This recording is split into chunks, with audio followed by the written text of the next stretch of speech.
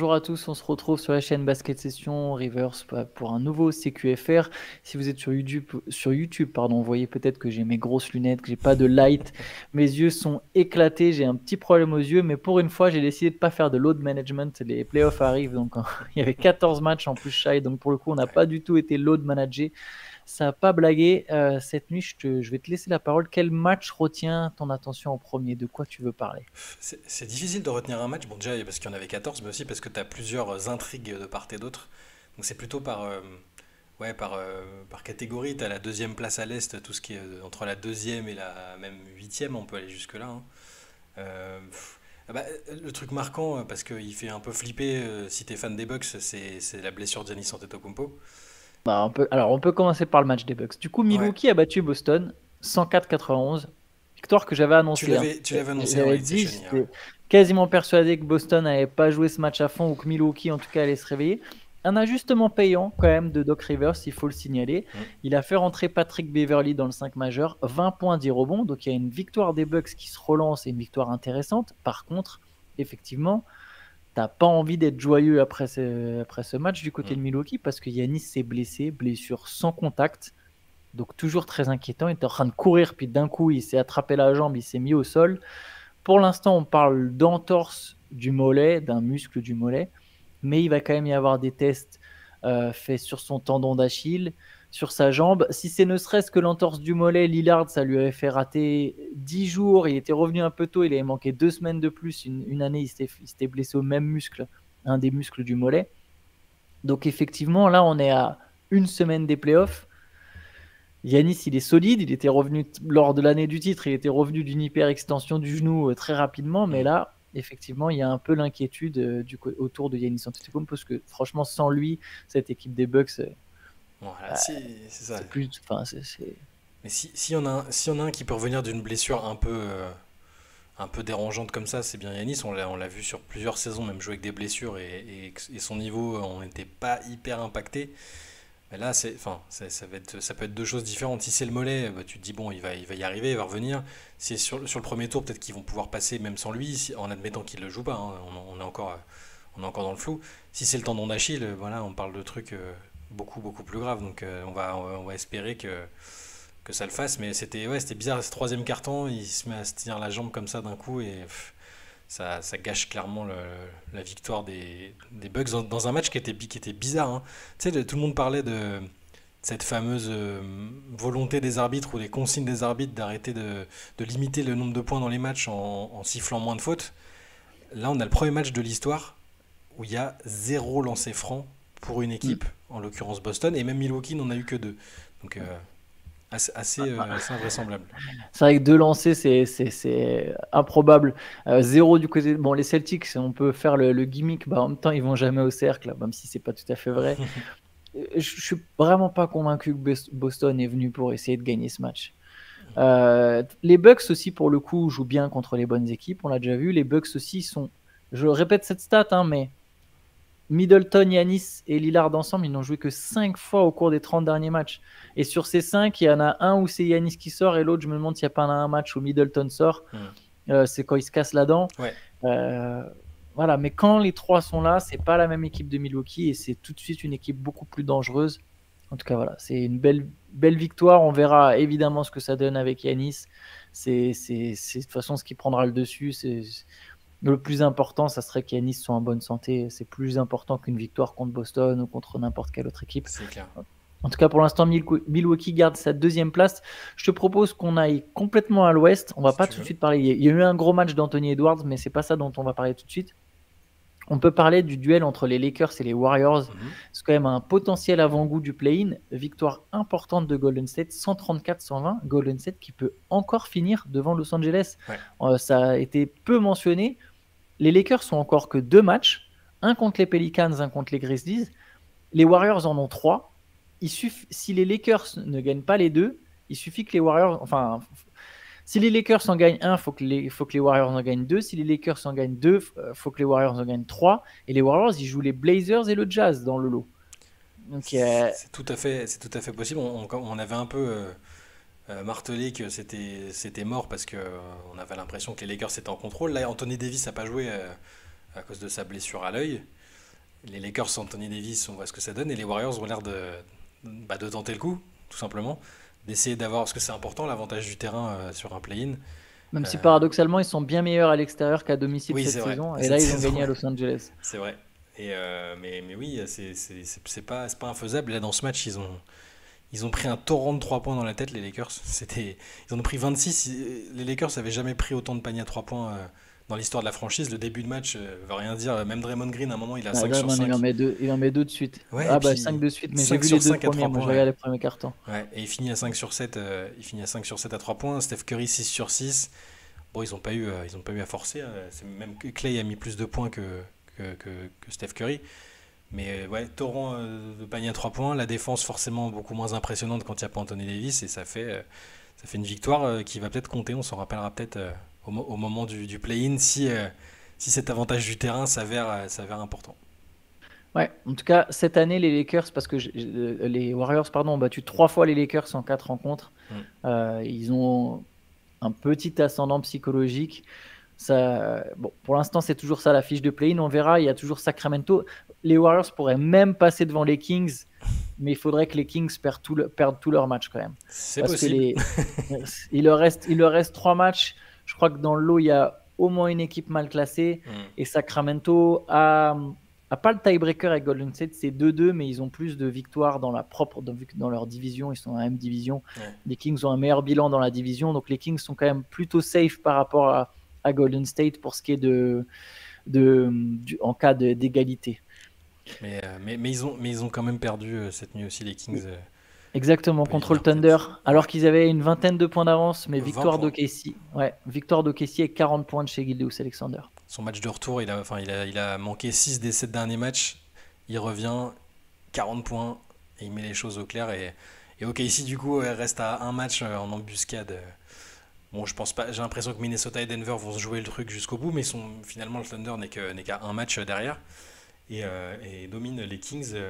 Les Kings qui, ouais, c'est pas encore mort. Les Kings, c'est pas encore assuré. Je disais, j'ai pas le calendrier sous les yeux, mais depuis la blessure de Malik Monk, un coup c'est correct, un coup c'est cata. C'est toujours difficile à cerner cette équipe.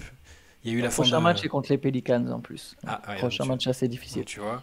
Il y a eu la fin de série de double-double de Domantas Sabonis dans ce match, bon, qui est Mm. anecdotique, hein. Je pense qu'ils échangent tous les jours la série de double-double contre une qualif directe en playoff ou un adversaire un peu moins coriace. Mais ouais, mais on peut retenir qu'OKC, avec chez Gilgeous Alexander et Jalen Williams, c'est évidemment bien meilleur. Alors, il y a eu plein de cartons. On a parlé des 40 points de chez Gilgeous Alexander. Il y a quand même eu 51 points cette nuit. C'est Anthony Edwards devant 50 Cent. Les Timberwolves qui étaient menés par les Wizards de 22 points, je crois, ou 21 points en 21, début ouais. de match. Mm. 21 en début de match. Ils sont derrière à la mi-temps. Anthony Edwards a mis 30 de ses 51 points au retour des vestiaires. Il finit à 17 sur 29 au tir, 6 paniers à 3 points, 6 rebonds, 7 passes. Gros match de Rudy aussi, 19 points, 16 rebonds, 4 contre. Ouais, record personnel pour Anthony Edwards, qui se chauffe et qui monte un peu en pression avant les playoffs. Je veux dire, il est attendu au tournant. On a vu que c'était un franchise player, on a vu qu'il était capable de mener une équipe dans le top 3 de l'Ouest, ce qui est vraiment c'est significatif. Ils vont peut-être même être top 1 finalement, on va voir ce que ça va donner, mais c'est ce genre de performance, même contre un adversaire. Bon, c'était que les Wizards, hein, on va pas non plus pour en faire une montagne, mais c'est ce genre de prestation va être importante pour lui et pour les Wolves au moment des playoffs. Allez, je te propose qu'on continue. Il y a eu tellement de matchs qu'on peut, on Ouais. peut, on peut aller dans tous les sens. New York a battu Chicago avec là aussi une très grosse perf individuelle. C'est les 45 points de Jalen Brunson. Mm. Jalen Brunson, son deuxième match de suite à 40 points ou plus. Victoire de New York 128-117. New York qui reprend la troisième place de la conférence Est. New York qui est encore en course pour la deuxième. Mm. 24 points d'OG Anunoby, 21 points de Dante DiVincenzo. Cette équipe, elle marche bien. Hein. On sait que cette équipe, quand il y a Anunoby, c'est. Je vais regarder le bilan exact des Knicks avec Anunoby, mais je Ouais, pense c'est qu'ils ont très perdu positif, hein, je ouais, crois ouais. qu'ils ont perdu que 3 matchs et ils ont dû en gagner 20, un truc comme Ouais. ça. Je vais te dire ça à l'instant. Et dans, Je fais- et dans tous les cas, les Knicks, là, tu disais qu'ils pouvaient reprendre la deuxième place. Mathématiquement, c'est vrai, parce qu'il n'y a qu'une victoire d'écart avec Milwaukee, qui va peut-être probablement se passer d'Yanis sur les derniers matchs. Et New York, pour moi, à mon point de vue, a quasiment verrouillé ne serait-ce que la troisième place, ce qui est déjà une super opération, parce qu'Orlando Orlando a perdu dans le même temps. Donc, et Orlando Et t'as alors, à une victoire des Knicks et à deux victoires des Bucks, et j'ai l'impression que ça va pas le faire. Donc je pense que New York a quasiment verrouillé sa troisième place, même si avec une victoire. Je m'avance peut-être un peu, mais c'est l'impression que j'ai. C'est 17-3 le bilan Ah des ouais. Knicks avec OG Anunoby. Mm. Leur prochain match, c'est donc contre Brooklyn. Chicago qui reste 9e malgré sa défaite. T'as vu, Autre... t'as vu dans ce Ouais. match, petite anecdote. Oui, de Drummond. Alors, t'as Torrey Craig qui part en contre-attaque, Voilà. André Drummond qui arrive. Craig a la bonne, entre parenthèses, idée de tenter le alley-oop contre la planche. Je sais même pas s'il sait que Drummond est avec lui. Oui, je crois qu'ils veulent jouer pour lui-même. Ouais. Et Drummond pense que Craig veut le jouer pour lui et c'est un peu ridicule, il Bah, s'écrase. il a postérisé son coéquipier, Voilà. enfin semi-postérisé. Et ce qui est le plus beau, c'est que Craig il se casse la gueule Ouais. et Drummond il le relève même pas. Je sais pas si t'as vu. Après, c'est J'ai normal, pas le fait jeu gaffe. continue, tu vois, il part, il repart. Mais tu sais, genre, il y a un semi-regard et puis ouais, il file, tu vois. Ouais, il C'est pas s'est le fait temps mal, pour il s'est filer. fait mal en plus sur l'action. Donc, Bah, tu m'étonnes, le mec, il lui arrive, il a 103 et 115 kilos qui lui arrivent dans le dos, 115 kilos de muscle. je crois que C'est les gars se sont dit, bon, sur quel classement on peut faire quelque chose, on n'aura pas de trophée individuel, on va essayer le Shaq Tino Full de l'année, je pense que c'est pas mal. c'est une des actions gag de l'année, c'est clair. Allez, on enchaîne. Les Mavericks ont battu les Hornets 130-104. Ouais. Très gros match de Luka Doncic. 39 points, 12 rebonds, 10 passes. Voilà, en mode MVP. 26 points de Daniel Gafford à 12 sur 12 au tir. Quand même. Ah Faut bah, lui, quand même- c'est Will Chamberlain sur l'adresse, hein, c'est bon. Ouais, en même temps, il met que des dunks en sortie Ouais. de pick and roll avec Luka. Et voilà, très grosse victoire des Mavs. Les Mavs ont terminé 5e. Il n'y a pas trop de suspense là-dessus. Mais ils vont faire une belle saison. Ils vont atteindre les 50 victoires. Ouais, et ils vont, du coup, sauf énorme surprise, Ah, ils vont affronter jouer les les Clippers, Clippers. ce qu'on Mais disait. il est acté déjà, en fait, cette Ouais. série. Cette série, les Mavs sont officiellement qualifiés en playoff. Ouais. Mais et oui, et les Clippers sont officiellement champions de leur division. Non, mais ça va être ça, c'est sûr que c'est fait. On a déjà quasiment à coup sûr la plus belle série du premier tour, hein, faut pas chercher trop loin. Celle-là, elle va être assez. On en reparlera quand on détaillera quand on fera les previews des séries, mais ça va être chaud et Pas la série la plus simple pour Dallas pour commencer. c'est Il va falloir clair. être de suite performant. Et surtout, Avec la dynamique actuelle, il y en a beaucoup qui vont imaginer Dallas gagner, Mm. genre c'est fait. Et moi-même, je dis que Dallas, je tente la bold prédiction de les mettre en finale NBA.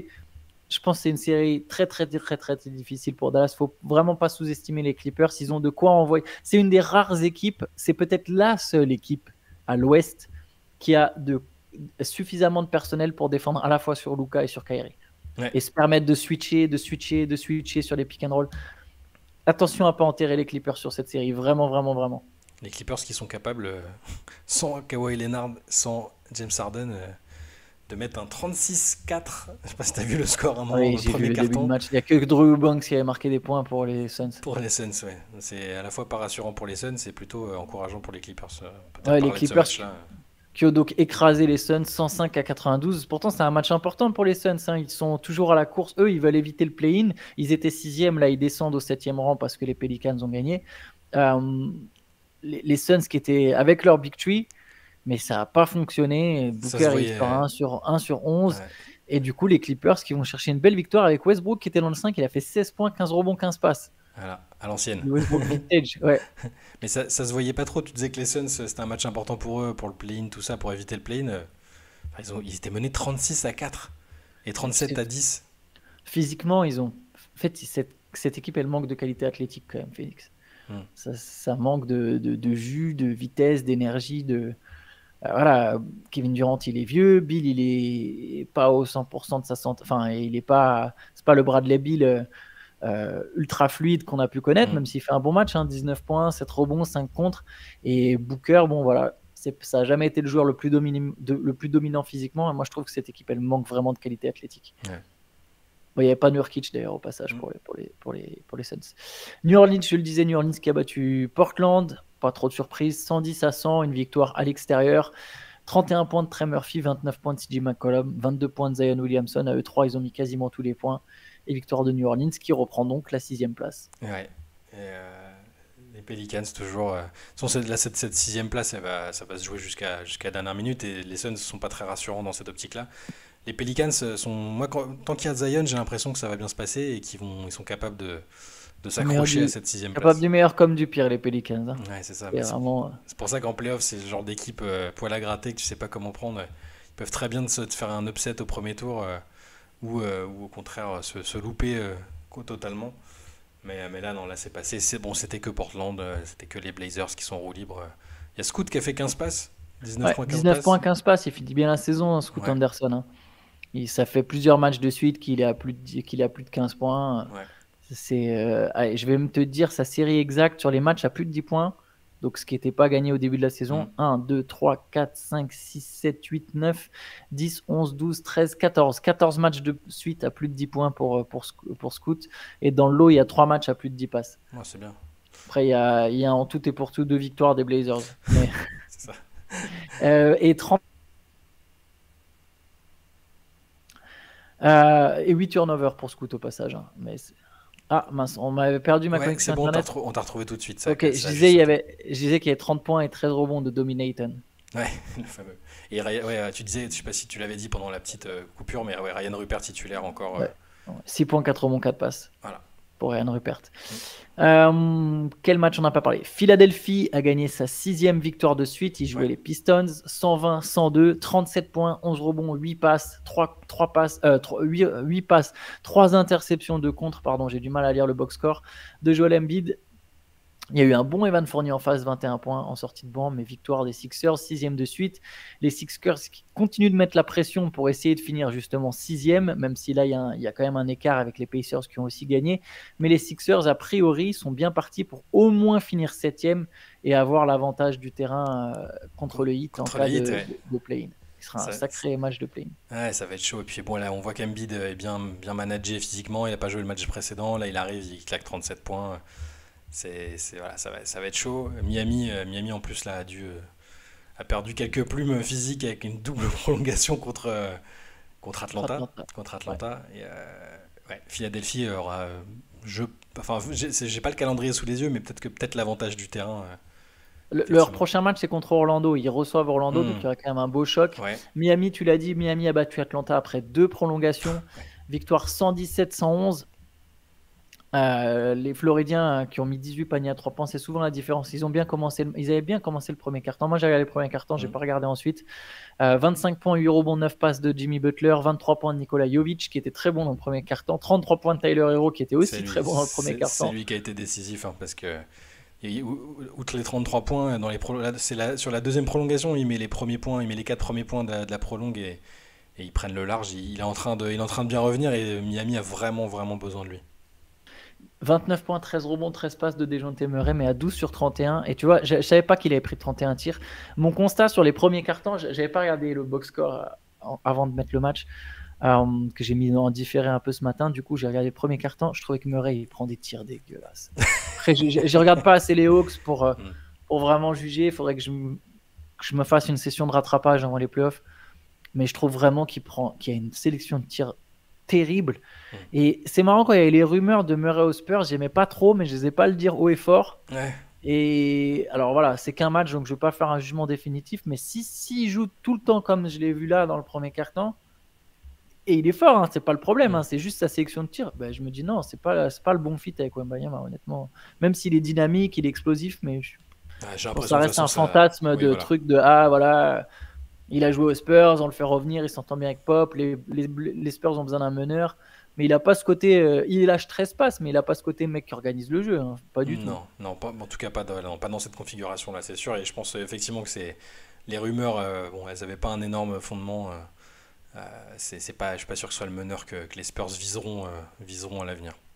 C'est un bon joueur, mais il est difficile à appréhender. Après, voilà, là je suis forcément influencé par le carton que j'ai vu, c'est qu'un carton de Mm. basket, ça représente pas non plus grand-chose. Victoire des Pacers contre les Raptors, je le disais, c'est une victoire importante pour Indiana. Indiana qui cherche à conserver sa 6e place.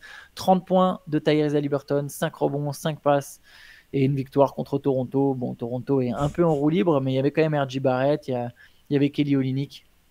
Les Pacers ont fait le job. Ouais, il y avait un petit regain de forme de Toronto après avec 2 victoires, mais bon là c'est assez logique qu'une équipe qui joue quelque chose d'aussi important que la qualif directe en playoff comme Indiana gagne ce match-là. Et puis Tyrese Haliburton, dont on avait logiquement dit qu'il avait baissé par rapport à sa première partie de saison, ça commence à ressembler à quelque chose de fort là.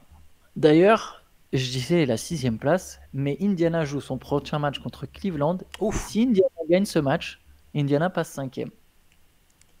Oui, absolument. Ouais, c'est ça. Bah oui, parce qu'il y a Cleveland 0,5. qui Ouais. a une semaine était en course pour la 2e place. Ouais. Ouais. Si Indiana gagne ce match, qui aura lieu vendredi en plus, donc ils ont vraiment le temps de se reposer pour le coup. Mhm. Indiana gagne ce match, Indiana passe 5e. Ouais, ça va être chaud, hein. Les Rockets ont battu le Magic 118-106. Les Rockets qui se sont relancés avec un excellent Fred VanVleet, 37 points, 8 rebonds, 6 passes, 23 points de Jabari Smith. Voilà, Houston qui retrouve le chemin de la victoire, c'est pour du beurre, hein, parce que Houston est déjà Mhm. éliminé. Mais bon, ils peuvent encore finir avec un bilan positif.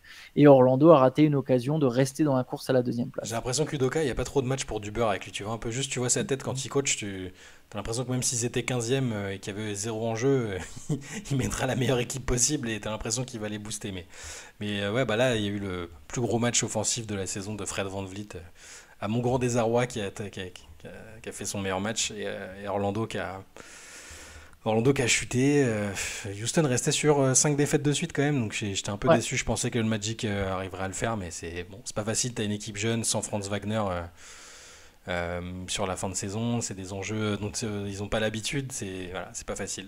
Dans tous les cas, je les vois pas glisser plus que ça hors du top 6, je l'espère, mais c'est Alors, encore mathématiquement faut faire faisable. gaffe. Ouais, Faut faire gaffe parce que Orlando, ses 2 prochains matchs, c'est Milwaukee et Philadelphie. Donc, il y a quand même 2 grosses ouais, équipes qui se présentent pour le Magic euh, à l'horizon. Les Nuggets, retour de Jamal Murray, victoire facile contre le Jazz. Enfin, facile. Victoire 111-95. 28 points de Jamal Murray, 28 points, 13 rebonds pour Nikola Jokic. Gordon n'était pas là. Je pense ouais. qu'il était laissé au repos. Mais j'imagine que c'est pas une blessure pour Gordon. Je pense que c'est plus une manière de se reposer. J'ai pas suivi exactement. Mais bon, retour de Jamal Murray juste avant les playoffs. Ouais, là, C'est toujours ça de c'est prix. son deuxième ou troisième match de reprise, là, mais c'est celui où il est le Ah, plus. mais je suis à l'ouest, mais moi j'étais Non, mais persuadé. mais parce que Denver, c'est pas l'équipe en ce moment, ils sont un Ah peu. non, C'est mais pas l'équipe qu'on regardait le plus. ah Ils oui, sont- mais ma bad. Non, c'est son deuxième. J'avais ouais. complètement passé à côté du match contre C'était Atlanta. un peu Il a plus. joué contre Atlanta, Ouais. autant pour moi. Ouais, ouais. Je vous Mais dis là, des bêtises. c'est son vrai retour dans le sens où ça a été quasiment le meilleur joueur sur le terrain. Michael Malone a dit que ça avait été le meilleur joueur défensif. Tu sais, il donne toujours l'espèce de Ouais. chaîne à la fin du meilleur défenseur. C'est lui qui l'a eu. Il fait 4 interceptions, 3 contre. Il fait un vrai bon match, Murray. Et Gordon, il avait déjà raté le match d'avant, mais je suis désolé, j'étais complètement passé en fait à côté de ce match des Nuggets contre les Hawks. My bad, je vous dis des bêtises. Euh, je vais arrêter de dire des conneries, je vais essayer de vérifier d'abord, mais Tu peux pas regarder 82 matchs par équipe chaque saison, hein. c'était un match de ce week-end, je pense. J'ai complètement passé Mm, à côté de ce match de Denver contre Atlanta. mm. Et on finit par Victor Wembanyama. On n'a pas ouvert sur Victor Wembanyama. Les Spurs ont battu les Grizzlies. Ouais, C'est leur 20e victoire de la saison. Pourquoi la 20e est importante? C'est que ça leur permet de faire au moins aussi bien que le pire bilan de l'histoire des Spurs, qui est une saison à mm, 20-62. C'était en 96-97. mm. C'était juste avant de revenir Tim Duncan. Ils ont 3 matchs maintenant pour faire mieux. Victor Wembanyama, 18 points, 7 rebonds, 6 passes et 7 contres. Bon, Ouais. encore une fois, 7 contres et Quelques euh, actions assez quelques insensées. actions. Et le Sham God avec le spin. Enfin bref, Ouais, Victor Wembanyama. assez incroyable. Et alors, il y a 10 ça, points de Sidi Sissoko aussi. Le ouais, français Sidi c'est Sissoko. important. C'est bien qu'il soit dans la rotation. Je sais pas si tu te rappelles dans nos discussions de début de saison ou même après sa draft, je me disais que surtout dans une équipe qui était en reconstruction, je le voyais bien être dans la rotation et j'avais été un peu déçu de voir qu'il avait passé surtout du temps hors de Il a l'équipe. joué que 8 matchs. Voilà. Mais là, le fait qu'il Bon. intègre l'équipe en fin de saison, j'aime bien parce que j'aime bien ce qu'il apporte. Parce que c'est le match où il a marqué le plus de points. Il fait 10 points, comme tu l'as dit. 2 passes, il a de l'activité. Pop a toujours loué son activité, hein, même sur les matchs de pré-saison. Et je suis content qu'il soit dans l'équipe. Et pour revenir sur Victor, il y a le move, voilà, c'est celui qui a tourné le plus sur les réseaux où il fait le Sham God.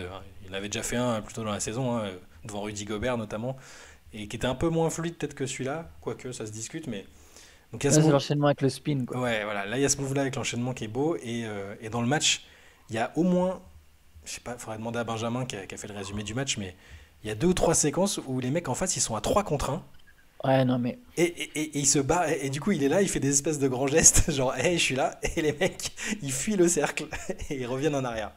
je pense que c'est des attaques mal gérées, mais là aussi, pour le coup, c'est une équipe jeune. Parce que là, Hmm. franchement, l'action à 3 contre 1, elle est vraiment très marquante.